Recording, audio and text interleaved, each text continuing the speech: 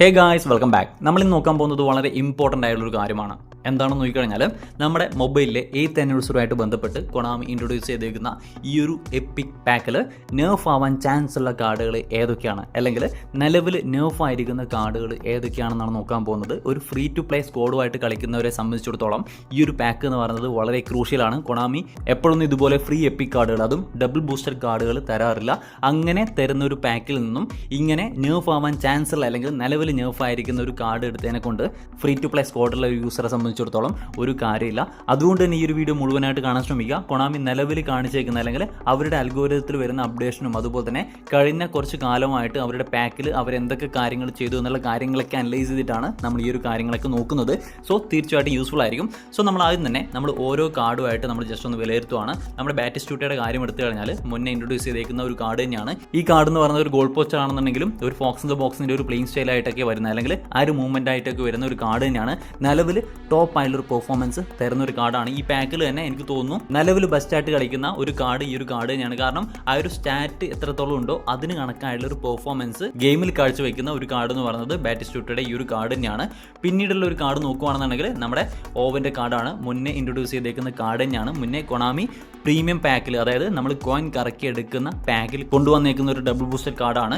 ഈ ഒരു കാർഡ് മുന്നേ എൻ്റെ മറ്റൊരു അക്കൗണ്ടിൽ ഞാൻ എടുത്തിട്ടുണ്ട്. ആ ഒരു ടൈമിൽ ഞാൻ കളിപ്പിച്ചതിൻ്റെ ഒരു എക്സ്പീരിയൻസ് പറയുകയാണെന്നുണ്ടെങ്കിൽ ആ ഒരു കാർഡ് വന്ന ടൈമിൽ അത്യാവശ്യം തീയായിട്ടുള്ളൊരു പെർഫോമൻസ് ഈ ഒരു കാർഡ് തന്നിരുന്നു. പിന്നീട് ഇങ്ങോട്ട് ആ ഒരു കാർഡിൻ്റെ പവറും കാര്യങ്ങളൊക്കെ കൊണാമി ഓൾറെഡി കുറച്ചിട്ടുണ്ടെന്നാണ് എൻ്റെ ഒരു പേഴ്സണൽ ഒപ്പീനിയനിൽ പറയാനുള്ളത്. കാരണം വന്ന ടൈമിൽ ഒരു 8 അല്ലെങ്കിൽ ഷെവിൻ്റെ കാർഡുമായിട്ടോ അല്ലെങ്കിൽ റുമ്മിയുടെ കാർഡുമായിട്ടൊക്കെ കമ്പയർ ചെയ്യാൻ പറ്റുന്ന ലെവലിലുള്ള ഒരു പെർഫോമൻസും കാര്യങ്ങളൊക്കെ ആയിരുന്നു ഈ ഒരു കാർഡ് തന്നേക്കുന്നത്. പിന്നീട് ഇങ്ങോട്ട് ഷോർട്ട് റേഞ്ചിലുള്ള ഒരു ഷോട്ടും ഈ ഒരു കാർഡിന് ഗോൾ പോസ്റ്റിലേക്ക് എത്തിക്കാൻ സാധിച്ചിട്ടില്ല. മിക്ക ബോളും പുറത്തേക്ക് അല്ലെങ്കിൽ പോസ്റ്റ് തട്ടിപ്പോകുന്നു അല്ലെങ്കിൽ കീപ്പർ സേവ് ചെയ്യുന്നു എന്നുള്ള സിറ്റുവേഷൻ ആണ്. പക്ഷേങ്കിൽ ലോങ് റേഞ്ചിന്റെ കാര്യത്തിൽ അന്നും ഇന്നും ബെറ്റർ ആയിട്ടുള്ള ഒരു പെർഫോമൻസ് ഈ ഒരു കാർഡ് തരുന്നുണ്ട്. ഈ ഒരു കാർഡ് ഒരു പ്രത്യേകത നോക്കിക്കഴിഞ്ഞാൽ നല്ല രീതിയിൽ റൺ എടുക്കുന്ന ഒരു കാർഡാണ്. അത് അന്നും ഇന്നും ചെയ്യുന്നുണ്ട്.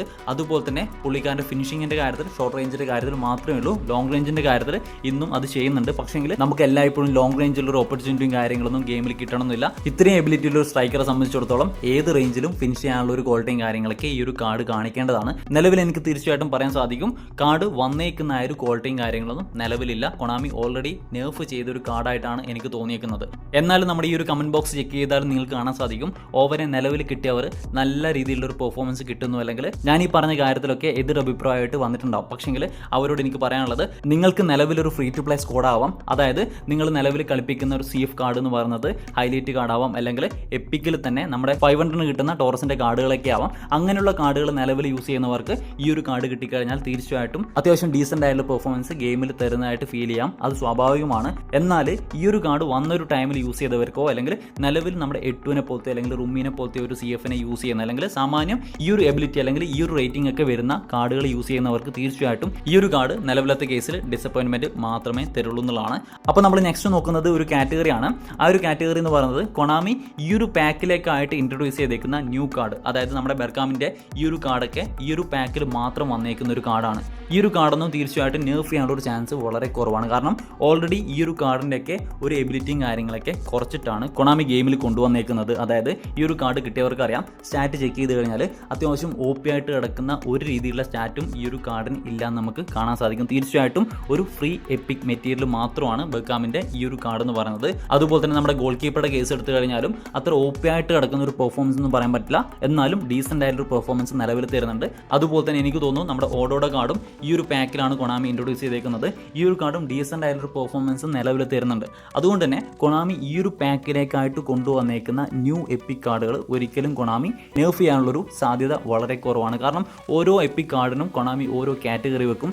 OP ആയിട്ടുള്ള ഒരു കാർഡുകൾ, അതുപോലെ തന്നെ ഇതുപോലെ ഫ്രീ ആയിട്ട് കൊണ്ടുവരാൻ ചാൻസ് ഉള്ള കാർഡ്, അതായത് നമ്മുടെ ഈ ഒരു കാർഡൊക്കെ സിംഗിൾ ബൂസ്റ്റർ ആയിട്ട് പ്രീമിയം പാക്കിൽ കൊണ്ടുവന്നേക്കുന്ന ആ ഒരു കാർഡൊക്കെ ഫ്രീ ആയിട്ട് പിന്നീട് കൊണ്ടുവന്നു. അതിനുശേഷം ഡബിൾ ബൂസ്റ്റർ ആയിട്ട് പ്രീമിയം പാക്കിൽ കൊണ്ടുവന്നേക്കുന്ന ഒരു കാർഡായിരുന്നു ഇത്. അതിപ്പോൾ വീണ്ടും ഫ്രീ പാക്കിൽ കൊണ്ടുവന്നേക്കുന്നു. ചുരുക്കി പറഞ്ഞാൽ പുള്ളിക്കാരൻ്റെ കഴിഞ്ഞ ഇയറിൽ വന്ന കാർഡും അതുപോലെ തന്നെ ഈ ഇയറിൽ വന്ന കാർഡും ഫ്രീ ആയിട്ട് തന്നെ കൊണാമി പാക്കുകളിൽ കൊണ്ടുവന്നേക്കുന്നു എന്നുള്ളതാണ്. അതുകൊണ്ട് തന്നെ കൃത്യമായിട്ടും കൊണാമിക്ക് ഓരോ കാറ്റഗറി ഉണ്ട്. ഏതൊക്കെ കാർഡുകൾ പ്രീമിയം ആയിട്ട് തന്നെ വെക്കണം. എക്സാമ്പിൾ പറയുകയാണെന്നുണ്ടെങ്കിൽ നമ്മുടെ എട്ടുയുടെ കാർഡ് അല്ലെങ്കിൽ റുമ്മിയുടെ കാർഡ്, ഷെവിൻ്റെ കാർഡൊക്കെ കൊണാമി പ്രീമിയം ആയിട്ട് വെച്ചേക്കുന്ന ഒരു കാർഡ് തന്നെയാണ്. അതൊരിക്കലും ഇതുപോലുള്ളൊരു ഫ്രീ പാക്കിൽ കൊണ്ടുവരാൻ ചാൻസ് ഇല്ലാത്തൊരു കാർഡ് തന്നെയാണ്.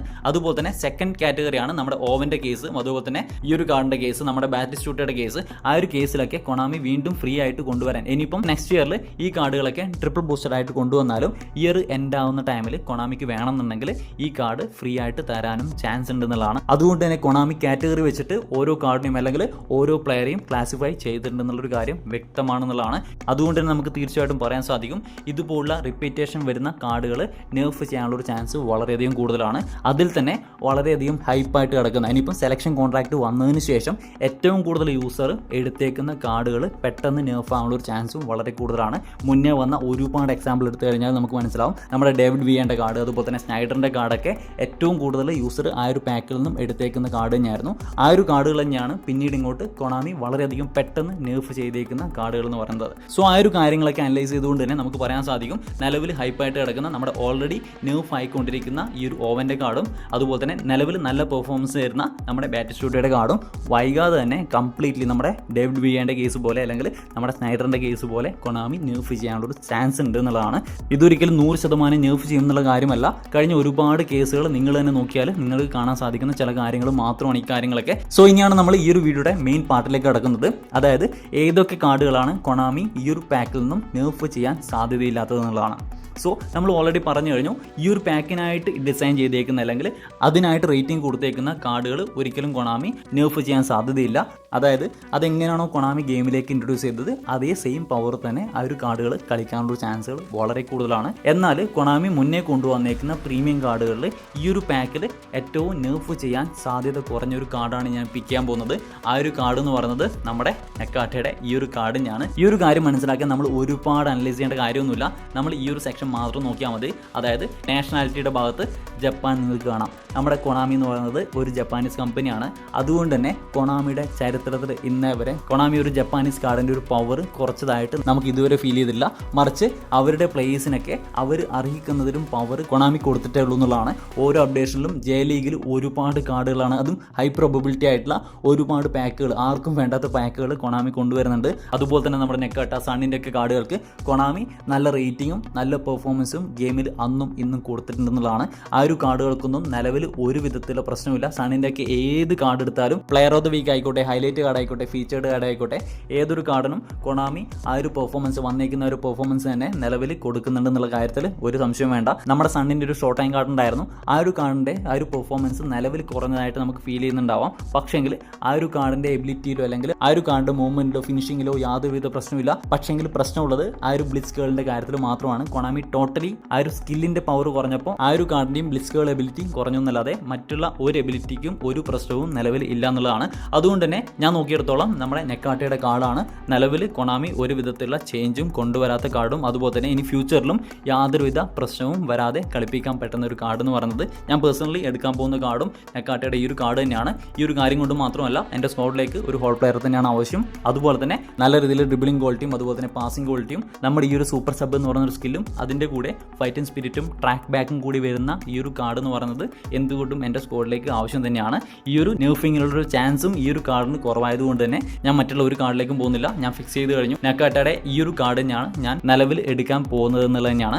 സോ ഇത്രയും കാര്യങ്ങളൊക്കെയാണ് ഈ ഒരു വീഡിയോയിൽ ഷെയർ ചെയ്യാനുള്ളത്. നിങ്ങളോട് ഒരു കാരണവശാലും നെക്കാട്ടയുടെ ഈ ഒരു കാർഡ് എടുക്കാൻ ഞാൻ പറയുന്നില്ല. എൻ്റെ സ്ക്വാഡിൻ്റെ ഒരു കണ്ടീഷനും നിലവിലത്തെ കൊണാമിയുടെ അൽഗോരിതത്തിൻ്റെ കാര്യം മനസ്സിലാക്കിയത് കൊണ്ടും പറയുന്ന ഒരു കാര്യമാണ്. ഈ ഒരു കാർഡാണ് നിലവിൽ ബെസ്റ്റായിട്ട് എനിക്ക് തോന്നിയേക്കുന്നത്.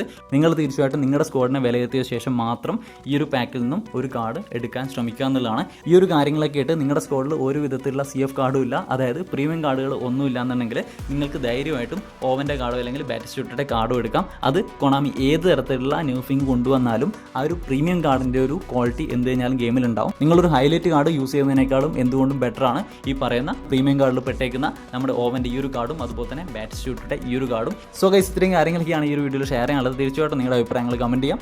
സോ ഗൈസ് അടുത്തൊരു വീഡിയോ കാണാം. Bye guys.